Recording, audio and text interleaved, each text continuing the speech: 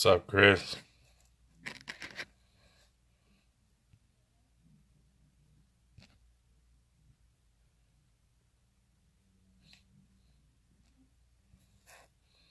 What's up, people? Come on in, come on in. What's up?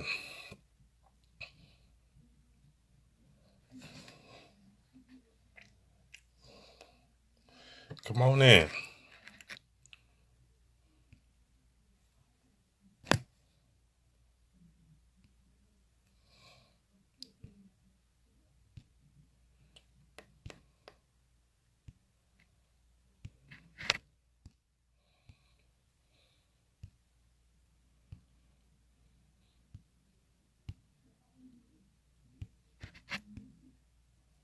What's up?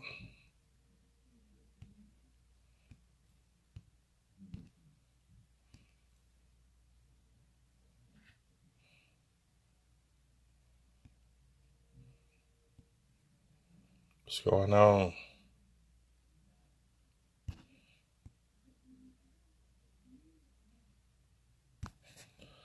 Hope everybody's doing well.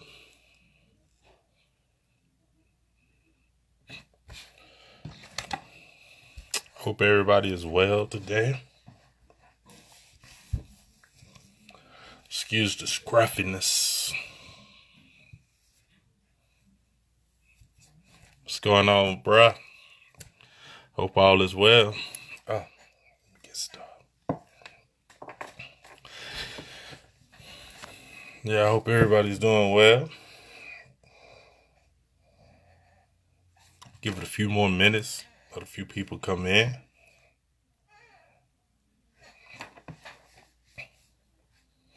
Hope everybody has a pleasant day. What's up, cuz? How you doing? Hope you feeling well. Yeah. Um, well, I'll go ahead and get started.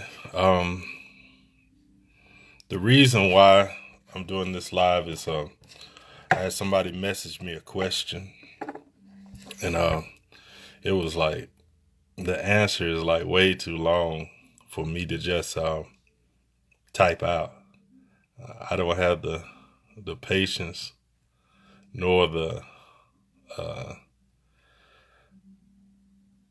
the fortitude to stay with typing that long. That wasn't my thing. You know, I like to push the button and you can speak to it and it types it out. Yeah, yeah. Come on in, everybody. Um, but the question that was asked to me was, and I'll read it off, so I don't want to misquote anybody. But the question that was asked was, why do so many Africans and Black Americans convert to Christianity instead of traditional beliefs and practices of their ancestors? Um, and a second question, do you know when they started converting? Um, which is a very good question, and it was actually asked to me by somebody that's not melanated, um, and like I said, the answer is so broad, but I'm gonna try to dive into it and I answer it as best that I can and to the best of my ability. Um, First of all, before I start, I always tell you, you know, please, please, please, don't believe me. Don't believe anything that I say. You know, research it for yourself. Find out the truth um, in your own manner, in your own understanding. Um, you know, what's good, cuz?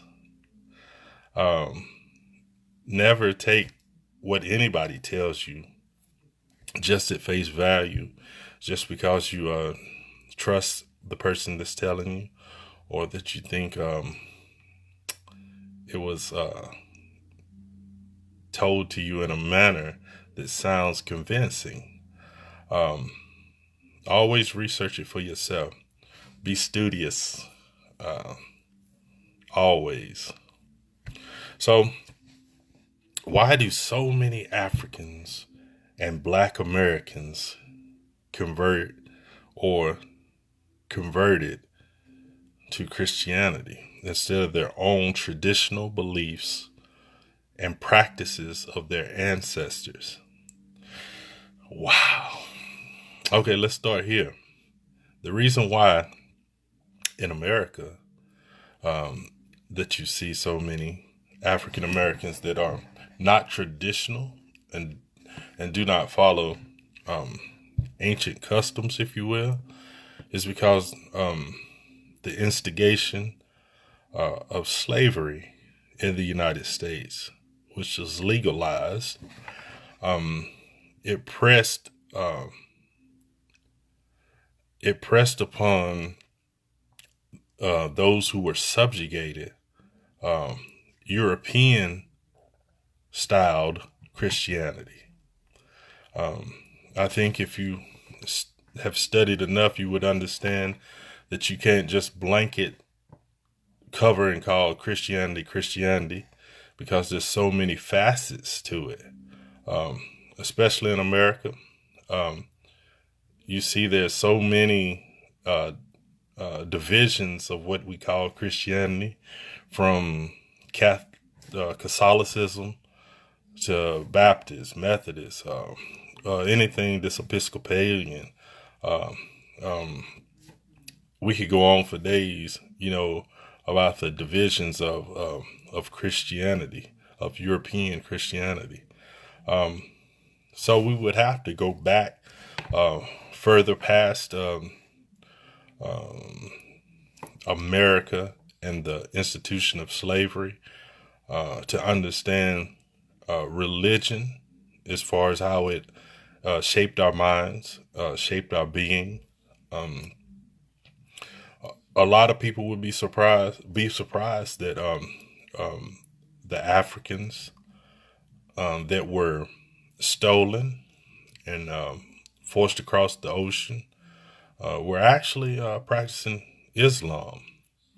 The Arabs had pushed their way around northern Africa and down the Ivory Coast because they were participating in slavery long before the English were. Slavery in Africa has been going on over 1,500 years. So the 400 years that you know of in the United States, is just a drop in the bucket. So when you look at the institution of religion in our people and why we don't practice ancient beliefs and ancient traditions, is because it was washed and wiped out of us thousands of years ago. It's not that remnants or pockets of ancient traditions haven't resided or even in the Americas, because it has. It's just that religion that was, I want to say, beat into us, that we had in subjugation, because it was more of a controlling tool, especially for the blacks. I'll use the word black so we'll understand what we're talking about.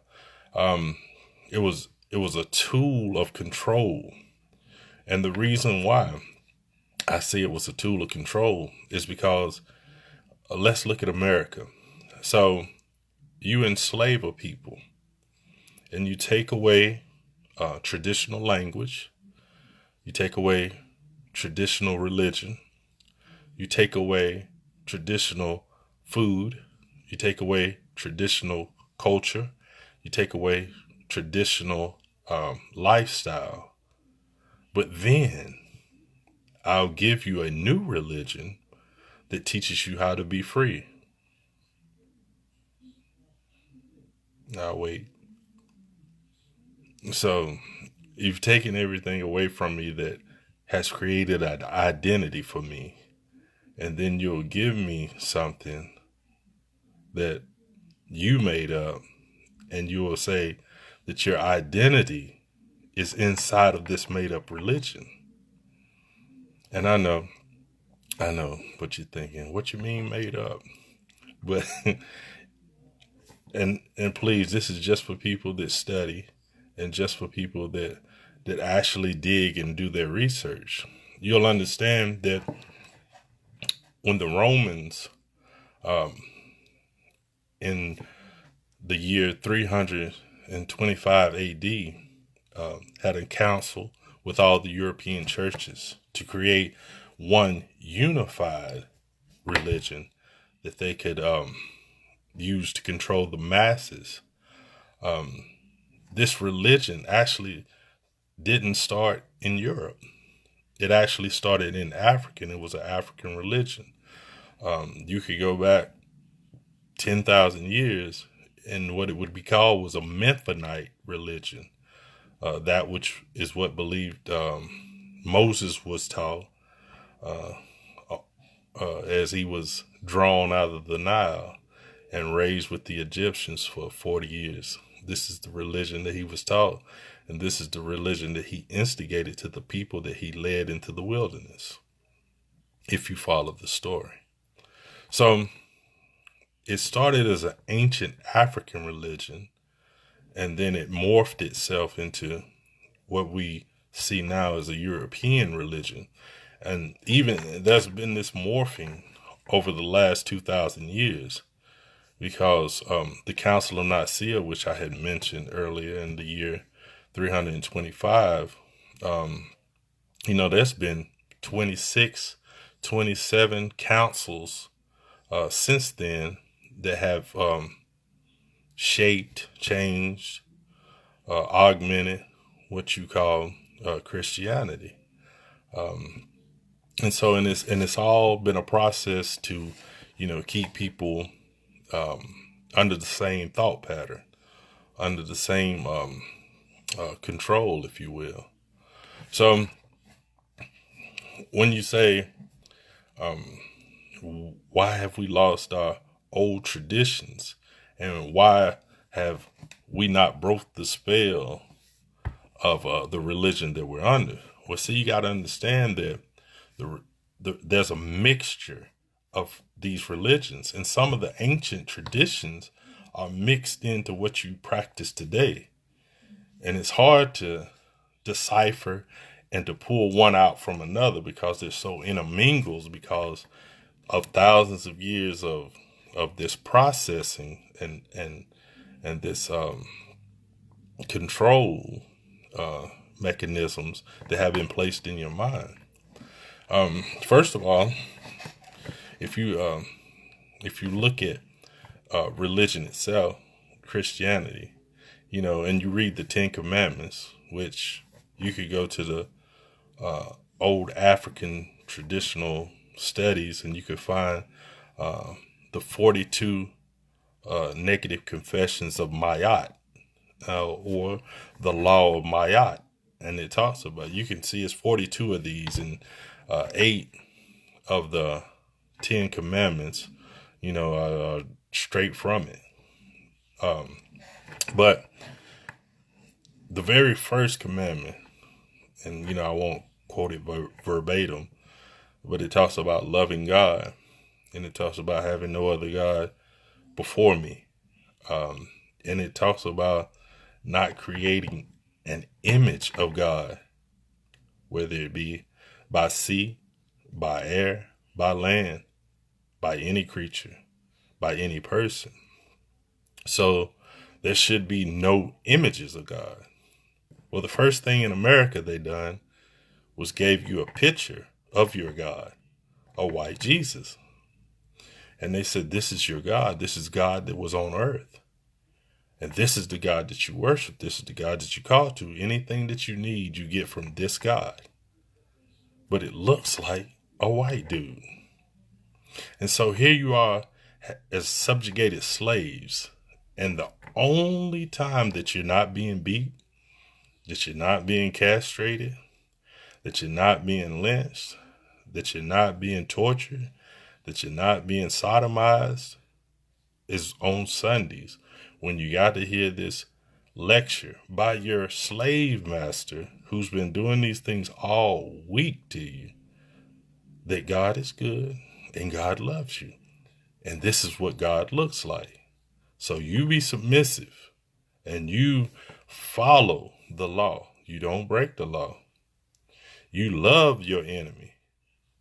When your enemy hits you, you don't do anything about it. You love him the more. When your enemy rapes you, you don't do anything about it. You love him the more. When your enemy takes your children from you, you don't do anything about it. You love him because God's going to fix it in the end. Even though you're being raped, abused, molested, sodomized, hung right now, he's going to fix it in the end. And these are the mechanisms that have been ingrained into your head. And see, now, even though you're not a slave anymore, not physically, but those mechanisms are still in your head. So anytime that you go out in public, you still see your God walking around in flesh, and you're still subservient to that. And you still allow those things that have been happening to you for hundreds of years to continue to happen to you because you've been trained to. Now, I'm not saying there is no God. I'm not saying that. I've never said that. But what I'm saying is you got to question who gave you your God. Let me say that one more time. I'm not saying there's not a God, but you have to question who gave you your God.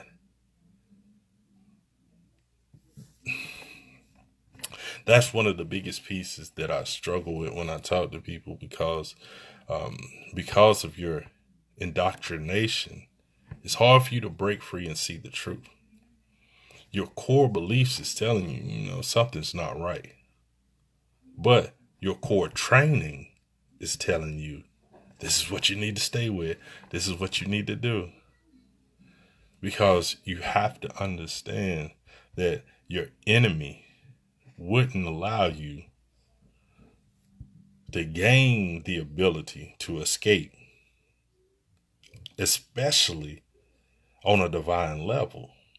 That's just wouldn't happen. I'm not giving you adequate food. I'm not giving you adequate shelter. I'm not giving you adequate clothing. I'm not giving you adequate teaching. I'm not allowing you to read. So I'm not allowing you to read. But this book holds all the answers. Wait, I'm not allowing you to read, but the book holds all the answers. So we have, for hundreds of years, followed blindly. Because why? They tell you, you got to go by faith. You can't see it. You got to go by faith. And to me, the understanding, you got to have understanding. You got to understand what it is that you're talking about. You got to understand what it is that you're reading. You got to understand the difference between an allegory. You got to understand what metaphors are. You got to understand that what poetic writing is all about. Sometimes we take everything literal, and when it's not designed to be literal. Some things are a mashing of different stories placed together to uniquely flow.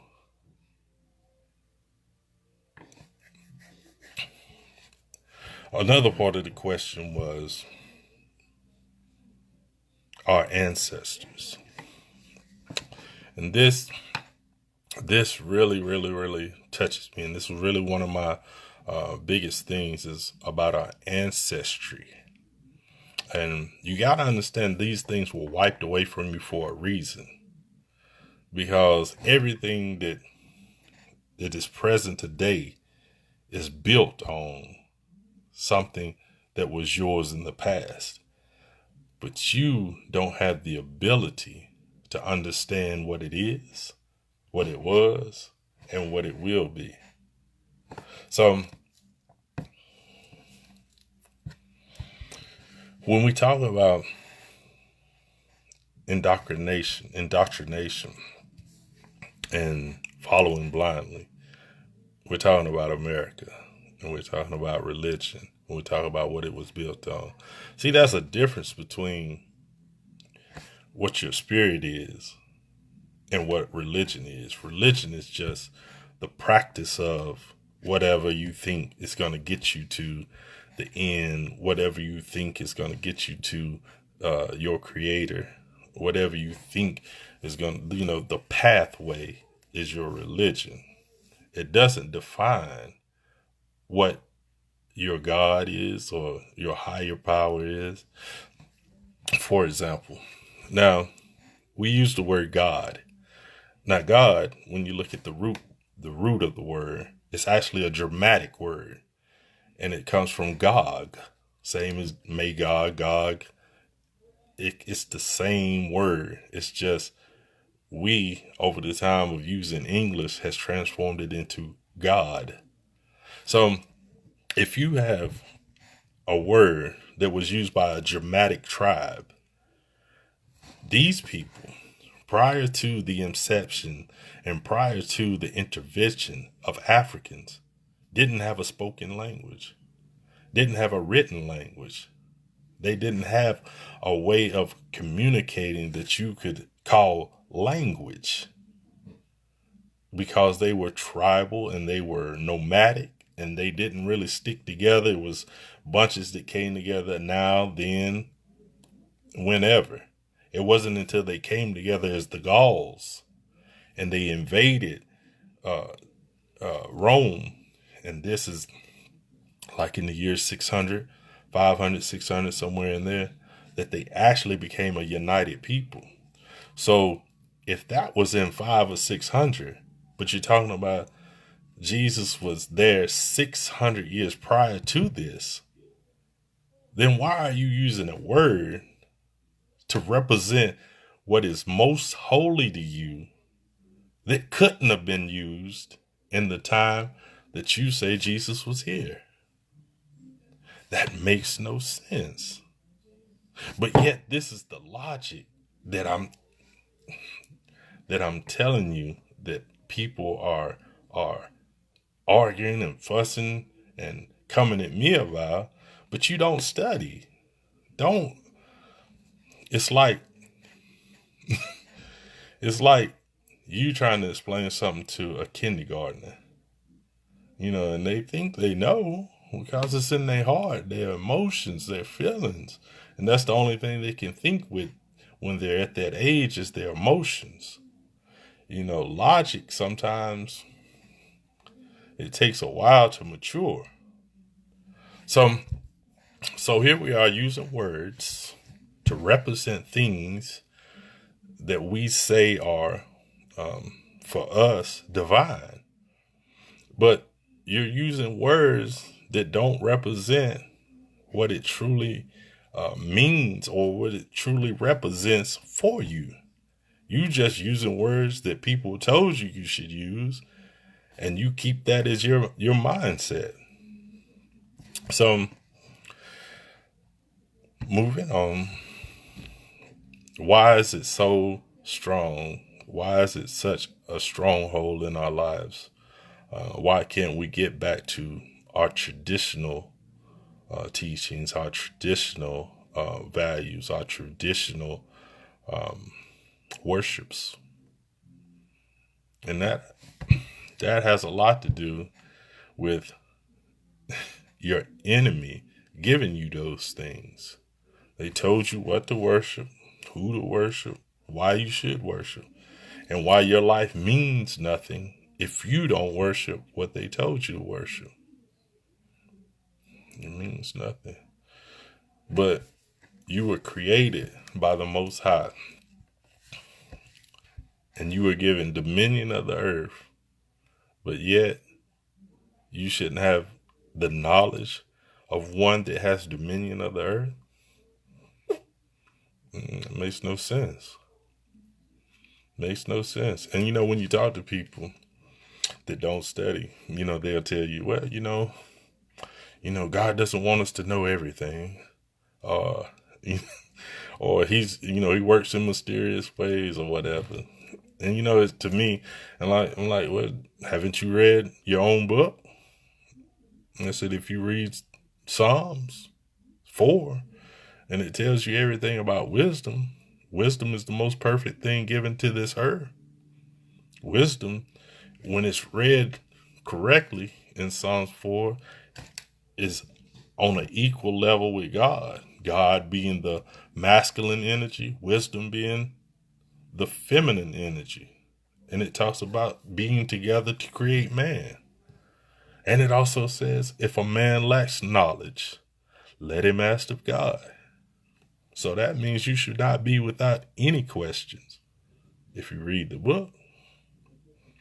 But anyway, I can't go too deep into Europeanized Christianity without getting people upset. Because, like I said, you got to study and you got to do your research if you want to come out of this fog, this this mental cloud that you're in, and you wonder why life is not shaping up the way it's supposed to. Life is not going the way it's supposed to. It's like you leave your life to too much chance. Chance. No, that makes no sense. Now, oh, another part of the question, when do you know when they started converting? Yeah, I know when they started converting. They started converting when they needed free labor. They started converting you into sheep. They started converting you into mindless uh, non-thinkers. Free thinkers are enemies. You gotta understand that. Anybody that thinks free, thinks for themselves, is an enemy to the system. It's an enemy to organized religion. What are you thinking for? I'll tell you what to think. I'll give you all the answers. All right? But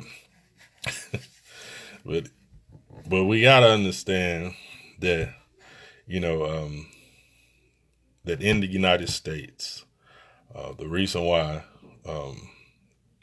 most melanated people are so ingrained in European Christianity is because, one, we're extremely spiritual people. And when I mean spiritual, I'm talking about spiritual. I'm not talking about, the blah, blah, blah, blah, running around and falling into the walls and kind of stuff. That nonsense.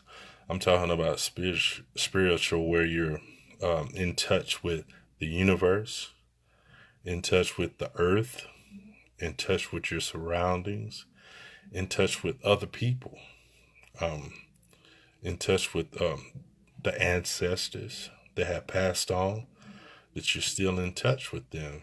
And those great spirits are guiding you and guiding your life. Like I said, not the European version. We're talking about our ancient version of us melanated people.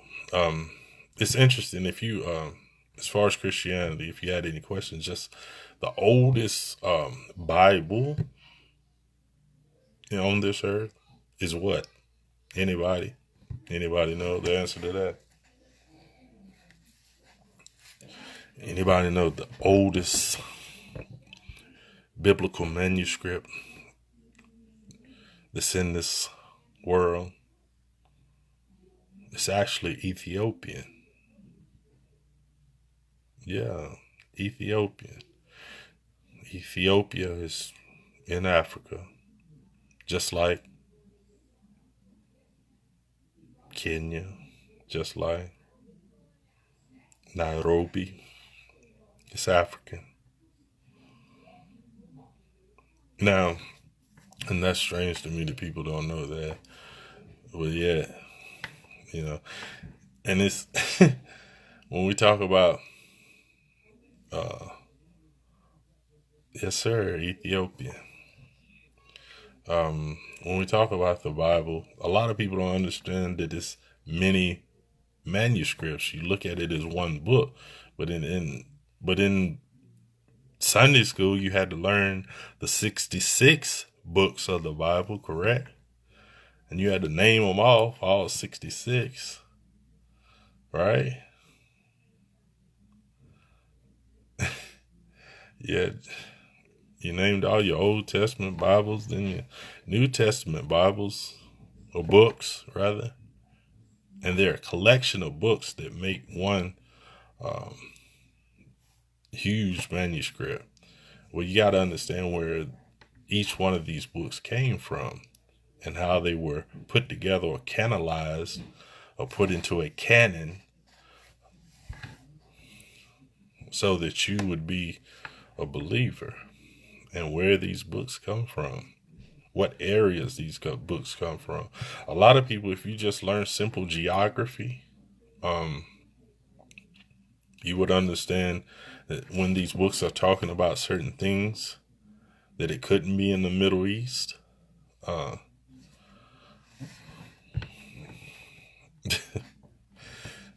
but like I said, I won't get into the book. We're not discussing the book. What we was talking about was, why are so many Africans and Black Americans converted to Christianity instead of traditional beliefs and practices of their ancestors? And we don't understand that in the United States that um, our old traditions were vilified and made to be evil, especially when you talk about like voodoo or voodoo. Um, a lot of people don't really understand why um, it was vilified, or they don't understand that it was vilified. And it was vilified to take away from your ancient traditions of understanding the earth and understanding that the earth heals you. They took voodoo. Let me tell you what they done. They're so slick. They took voodoo and told you it's evil. That you make zombies and black magic and cats and black cats and whatever rigmarole they may have told you. But then they take voodoo and they made the pharmacy market. And they took a aspen tree that you would go down to mama and say, my head hurts, and she give you a piece of bark from the aspen tree. You put it in your mouth and your headache will go away. So what they done, they started a process, and they process it, made it where you could make it over and over and over again, and they call it aspirin. And then when you have a headache, you gotta buy some aspirin. You can't go down to mama's shed and get a piece of aspirin bark and put it in your mouth to make this headache go away. So they took all these old remedies, what you would call from voodoo, and they turned it into the pharmaceutical industry. And they vilified it so black people would stay away from it. They stay away from these home remedies. They stay away from all this old talk. And it's funny that when you were in the times of slavery, like say the slave master would get sick, and they say, well, do you want us to call the doctor, the white doctor? He's like, oh, no, no, no, no, no, no. Hell no, no. I'm trying to live. He said, go down there and get Mammy and tell her to come up here. I'm sick. And so the slave master would go down there and get Mammy, who had these old roots and these old remedies, and they would heal the slave master and his wife and his children. But here now, these days, they tell you that it's evil. We're all part of this propaganda machine And we're all part of this um, America. This made you believe that you can't do anything right, because if you believe outside of what we believe, it's the devil. It's the devil, right? You know, that to me is amazing, that you have been taught that anything that looks like you, anything that thinks like you, is evil, and we go for it, and we just suck it up and believe it. But anyway, somebody was talking. They were asking about Christianity and why black people in America are so driven, and why they will fight you over it. And a lot of it is this, you know, when you talk about religion, people don't have an identity outside of what they believe, right? And so when I come to you with facts, and I come to you with, reason and logic, you're like, no, no, no, no. Because once I take away religion, you have no identity. So you took it personal that I was talking about your religion, because that's your identity. You have nothing outside of it. And you don't think for one moment that that's planned? You don't think that you not having an identity outside of one that was given to you by somebody that owns you, it's not suspicious? Just a little bit. I mean, just a little bit. It doesn't resonate in your mind just a little bit that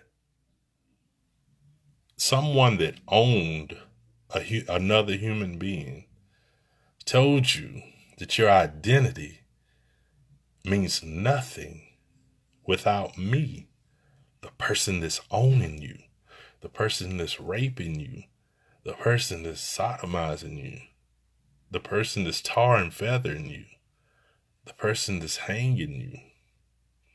They gave you your spiritual identity.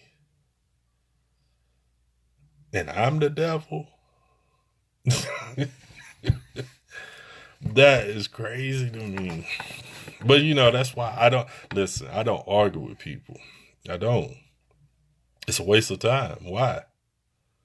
If you can't understand facts, if you can't rationalize, then why am I arguing with you? I'm not wasting that kind of energy on you. I got to keep my energy focused. I got to see clearly for me and mine's, right? You got to focus your energy, man, because you got too many people draining energy off you.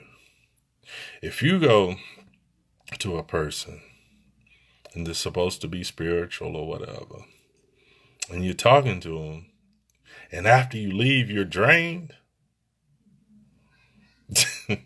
you're talking with the wrong people. You're in the wrong circle. Energy should be maintained. Energy should be boosted by the people that you connect with, link with, speak with, deal with. If your energy is drained, then they're vampires. Then they're sucking energy and life from you. They're not giving you life. You shouldn't be tired.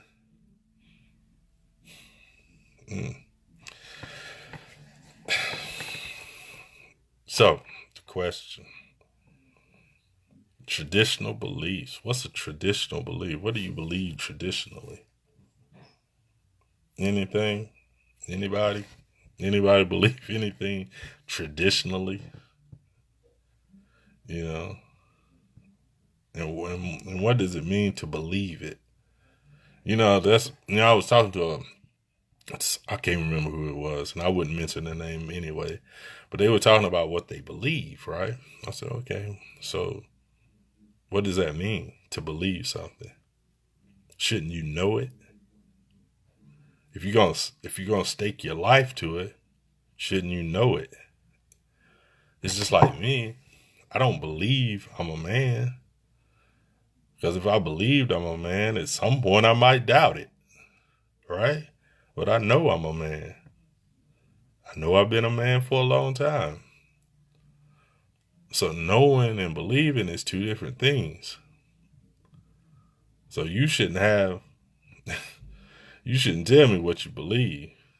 You should tell me what you know. And then when you tell me what you know, and we converse in politic on facts, and then your knowing turns back into a belief, you should question it. And when you question it, hopefully you'll go study it. Because me, I'm almost 50 years old, but I never stopped learning. I never stopped looking, listening. I never stopped building with people because, you know, so is religion known.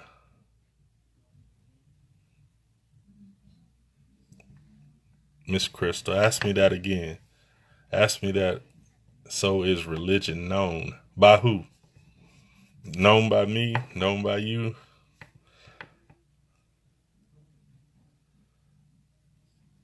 I think um I think you're asking is religion knowing? No, religion's not knowing. Religion is believing. People believe in their religion because they don't know. You know, you hope, that this is the path or the right path that you're taking in life. Do you know? Okay, do you know religion or do you believe in religion? Right. And that's what it is. I said, if you have religion, then you believe. You have to believe. If you don't, what else do you have? Because you don't know. People say, wow, no, you don't know. You believe. You don't know. I don't think anybody that's in any religion knows. I'm glad I can answer that for you. But I don't believe anybody knows. The Pope doesn't know. If he knew, then he might need to tell his priests that keep raping these children, that hell is real and you're going to hell for raping these children, since he's the top of that religion. He probably could get that message across to them. But obviously they know something because they keep raping these children, right?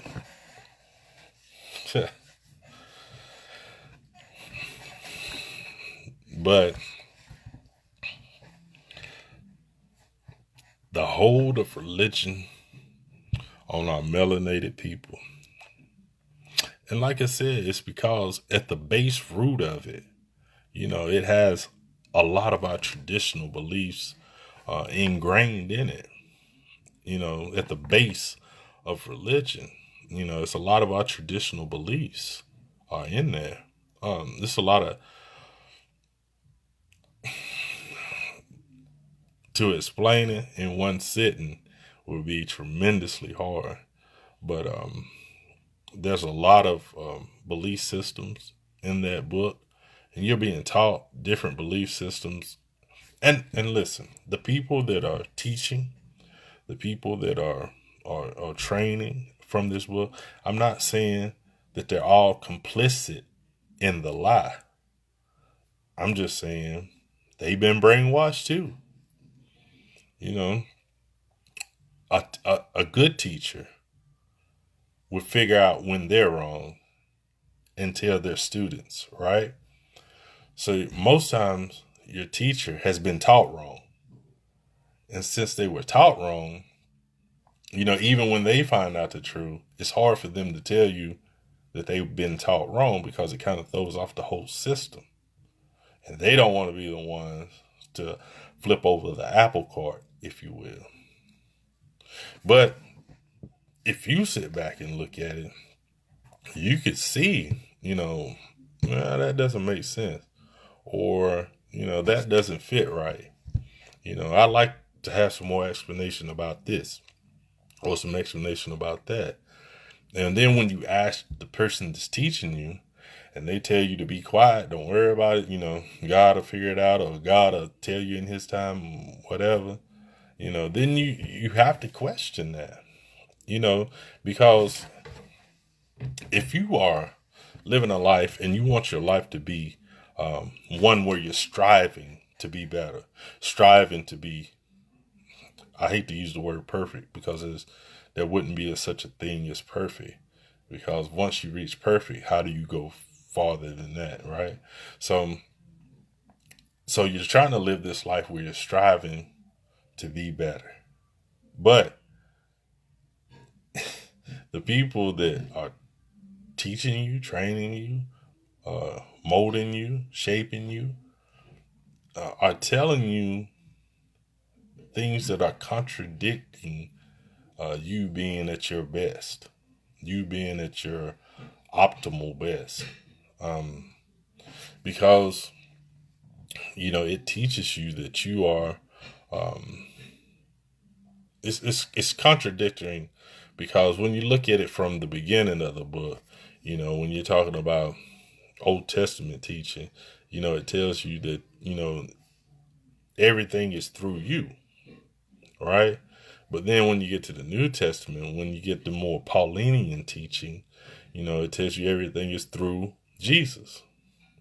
And so it shouldn't be a contradiction in the book. It should be an explanation in the book of why we switched, basic structure. Because if you take Adam, for example, now Adam had a direct line where he was speaking with God. Now, even down to Cain, who we know is to be, it's quotation marks, the first murderer of the Bible, right? Well, he even had a direct link to God where he was talking. God said to him, Cain, where's your brother? And so Cain says, I don't know. Am I my brother's keeper? Right? So they had this direct link where they were talking. So when did man lose a direct link? You can't say because of sin, because that happened prior to the children being born. Right? So what do we... Anyway. See, I'm telling you, it's not contradictions, y'all. It's just a lot of different books from a lot of different cultures have been placed together to make one unified manuscript. And it's confusing to those that don't want to research, don't want to study, that just want to listen to whoever is their leader and telling them this is what you should believe. And if you just look at it for yourself, if you just do some theological research, maybe it will give you some enlightenment. Maybe it will break this spell. I'm not saying that it's not good things in there, but it's a lot of bad things too. But you should govern your life a little better, and what I mean by that is what you take in and what resides in your mind is truth. That's all I'm saying. Is there any more questions? Any more questions out there while we're out here? Don't be quiet. Don't be silently watching. Ask the question. I don't mind. That's what we're here for. If we can't share and grow with one another, get some understanding with one another, what are we here for, right? And like I said, for us, it's a hard thing. It's a hard thing because we have no identity outside of what was given to us. We think this is Black History Month, but Black History Month only goes back to slavery. And that, prior to slavery, there were no black people. And that it was like, you know what?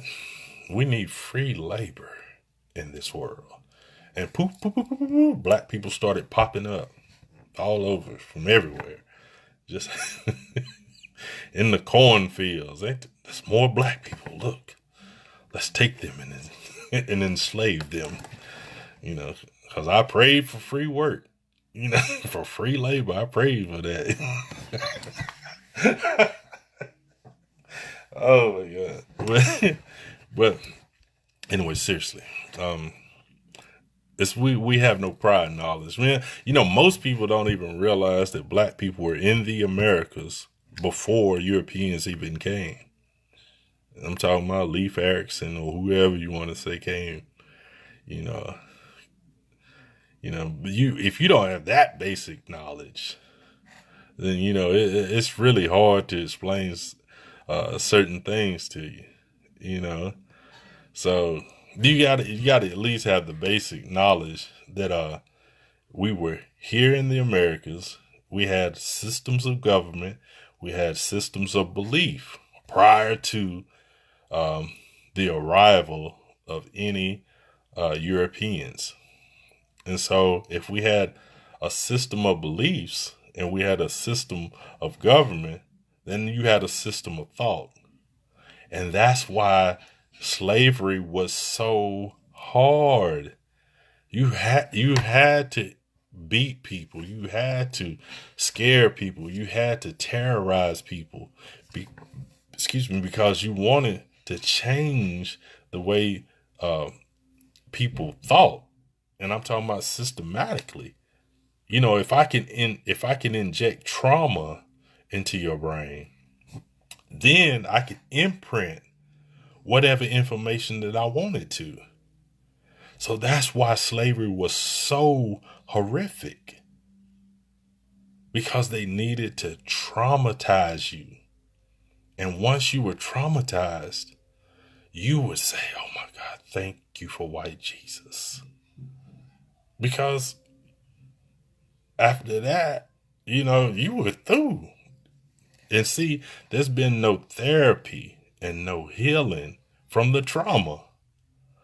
You get to go to church every day and every weekend or wherever you go.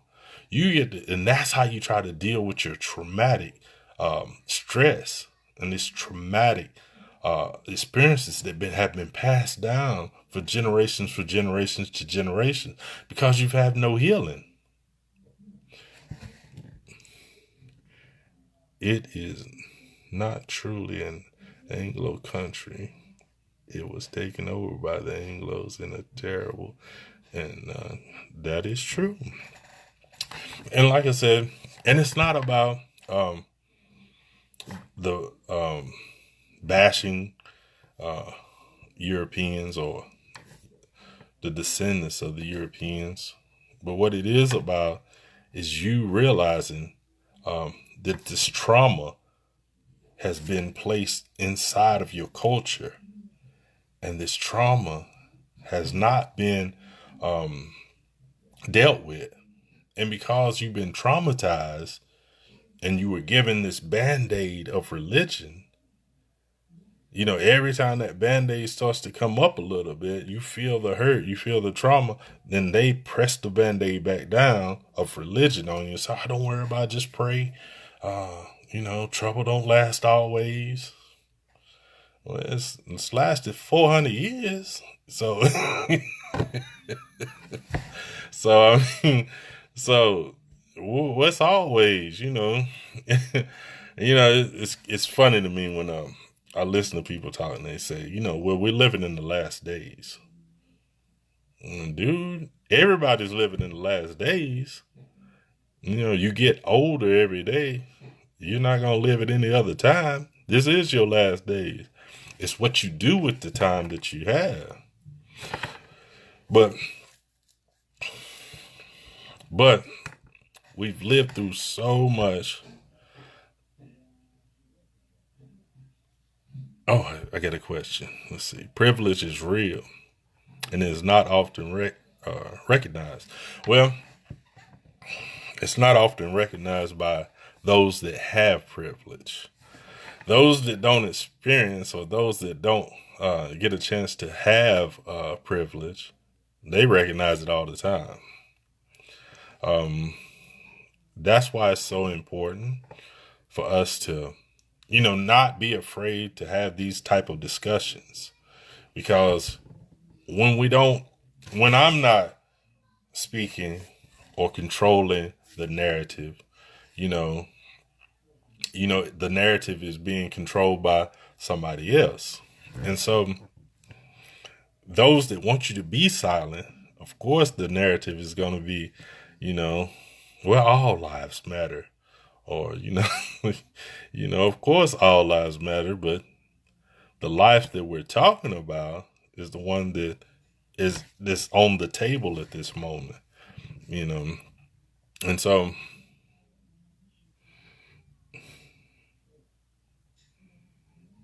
yeah, mis- mistranslating of the end of times. No, it is the end of the age. Right.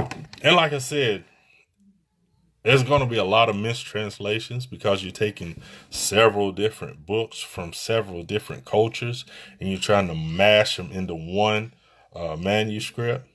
And so of course you have a lot of mistranslation of certain words, terms, stories.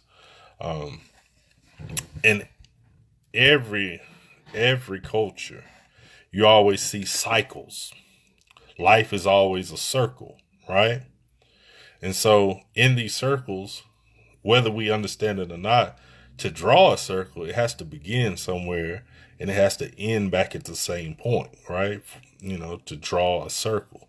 So life being a circle, that's what the end of age means, is that it went through its cycle and now it's about to be something different.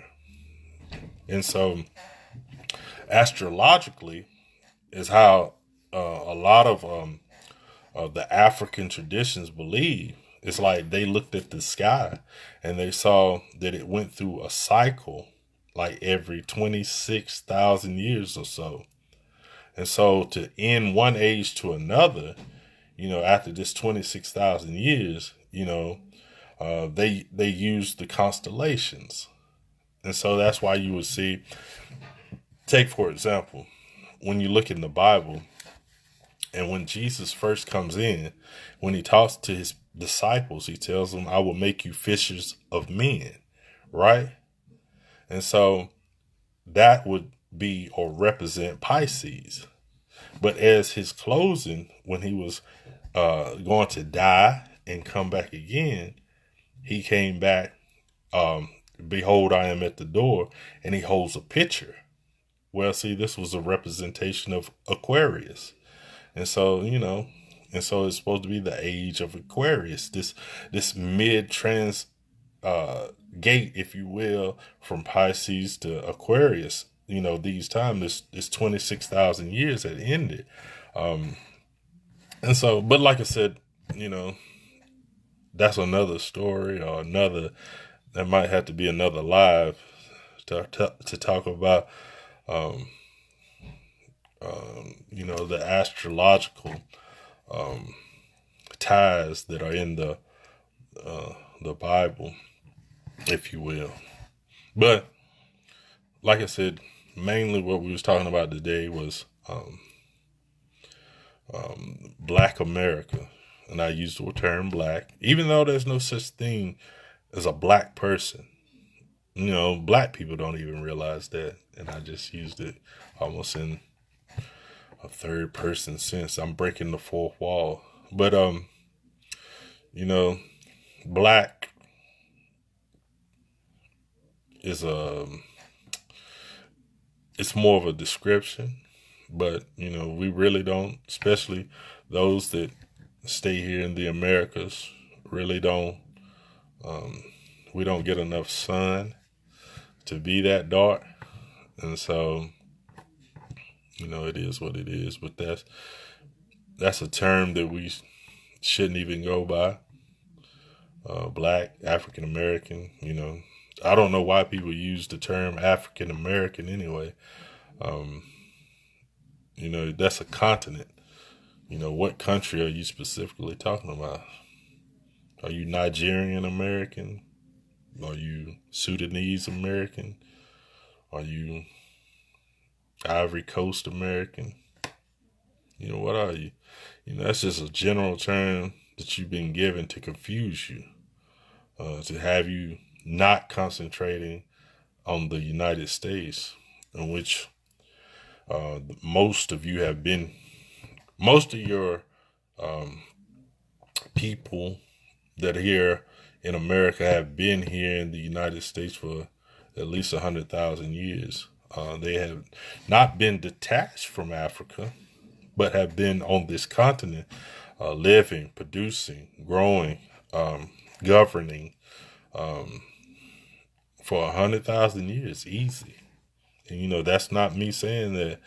You can look that up, and you can find that very easily. Miss Crystal says human, and to a degree, you know, we're all Homo sapien, human. I can't say we're all human fully, not scientifically. I can't. So, but we want. That's another show also. But we're all in the same family, definitely. How we treat each other, that's something different. That's something we could work on.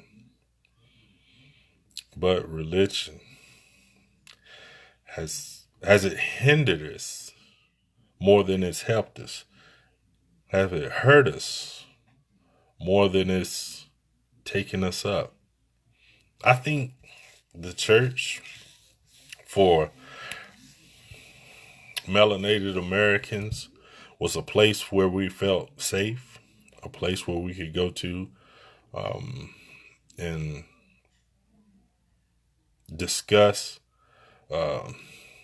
action. But after integration, it's something different. It's more of a place of money. that that's all I see it for now. This that I don't see any other, and it's not a place where you can go and grow your money. You're not being taught to invest. You're not being taught um, to grow what it is that you have. You actually give more. Give. And it's interesting to me, to be a cheerful giver, right? You have to give from your abundance. So if you're struggling, pay your bills, you're living check to check, you're not in the abundance. You can't give from your abundance because you don't have one. Abundance means more than you should have. So you give. That's why you're cheerful to give, because it's more than you should have. But because you haven't been taught to invest, because you haven't been taught to understand what generational wealth is, because you hadn't been taught what transitional wealth is, how are you giving? How are you a cheerful giver? Anyway, guess that's another show too. Any more questions while we're on here? Any more thoughts? Anybody?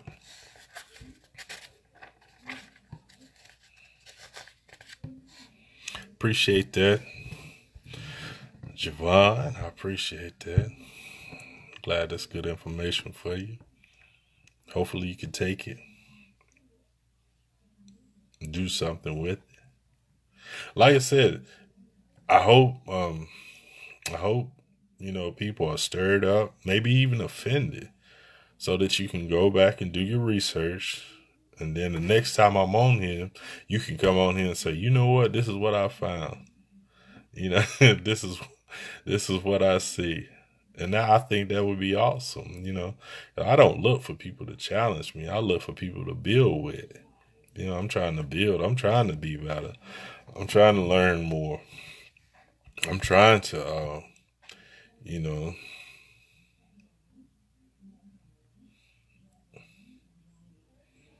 How do we invest wisely? Um, it's a great question. And we'll do a show on investments. Here inside the month, I'll say that. But how do we invest wisely? Anything you can invest in anything that's going to give you growth. It's not just stock markets. It's not just CDs. It's not just you can invest in real estate. Um, you could come together as a family, purchase a house, and rent that house out, and let that be income that comes in for your family. Um, that's literally thousands of things you can do and invest, and we can definitely get into that. Um, but we definitely have to come together as a people um, to invest. Uh, I give you a perfect example of investing in community. There's been an uproar about Gucci, right? And Gucci.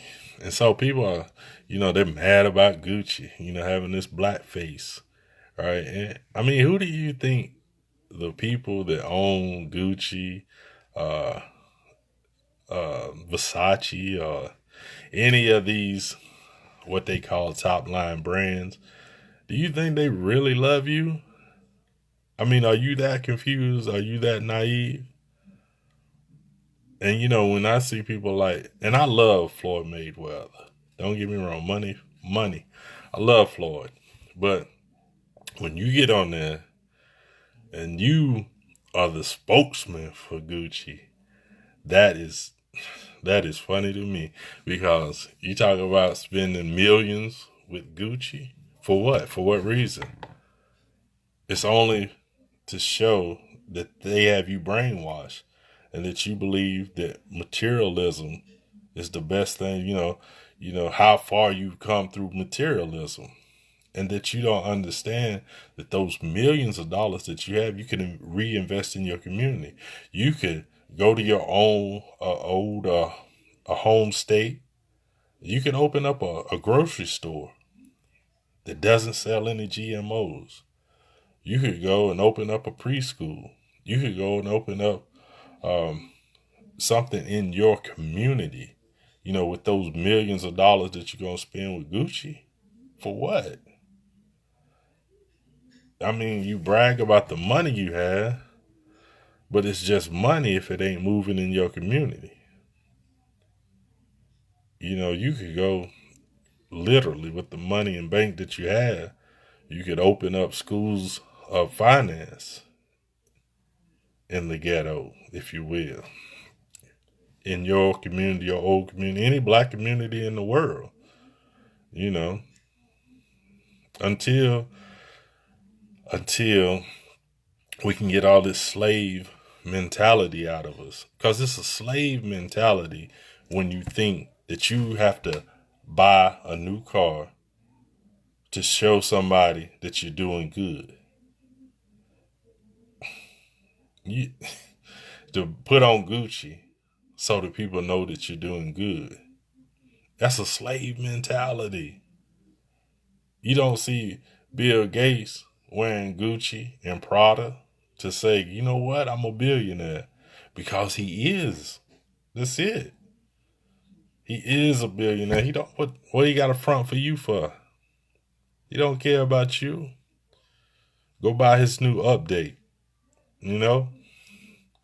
So I mean we've been so brainwashed. And like I said, religion done it to you. And you say, how did religion do it to you? Because religion tells you that you're nothing. You're filthy rags. You're nothing without God. You're nothing. You're nothing. You're nothing. And you believe it in your brain that you're nothing, that you have to prove to people that you're something. I'm gonna get this new big house. It's got 7,000 square feet, but it's just me and my wife. And you got all these homeless people that you stepping over to get to your 7,000 square foot home that they could be living in there. Materialism, man. We don't understand how it controls our mind. We used to be a great nation, and when I talk about we, I'm talking about melanated people, because we took care of us. We took care of our own, and when I mean my own, I'm talking about our people. We don't think about others, but yet we claim to be Christians. You know. Anyway, that's why religion has got you brainwashed. I didn't even mean to be on here that long. I was just trying to answer a simple question. But I appreciate y'all coming on with me. I appreciate y'all. Y'all giving back, asking questions, and your responses. I appreciate that, and I'll try to get back on here sometimes again this weekend. But I hope y'all stay in a positive state of mind. Keep that positive energy. Keep your energy flowing, and be careful. Be careful who you around with your energy, because it's important. Your energy is important. If you don't understand why you're feeling bad, why you're feeling upset, why you're feeling depressed, you need to check your surroundings. Who are the people that you with? If the people you with can't give you positive energy, if the people that you with is taking more than they're giving, if the people that you're with don't inspire you to know more, if the people that you're with don't inspire you to be lifted, then you with the wrong people. I don't care who it is. You with the wrong people. There's a reason why your eyes are in front and why your feet point forward. Because we're always supposed to be moving forward. We're always supposed to be moving to our next objective. And if you don't have people that you can walk with, and you got to keep looking back to make sure they ain't stabbed you in your back, to make sure they ain't took what you got, you with the wrong people. Get with people with the same or more intense energy than you. Get with people that know more than you. Get with people that are smarter than you. That's the circle you need. You're in your circle. If you're the smartest person in your circle, you're in the wrong circle. You're in the wrong circle. Get with people that inspire you to know more. Get with people that inspire you to build. Get with people that inspire you to invest. And I'm talking about not just in things, but invest in yourself. You know what I mean? But that's my time. Hey, I appreciate y'all. I love y'all. That's real. Anytime you want to come back, if you got a question, hit me on my messenger, and we'll do this again. All right? Love.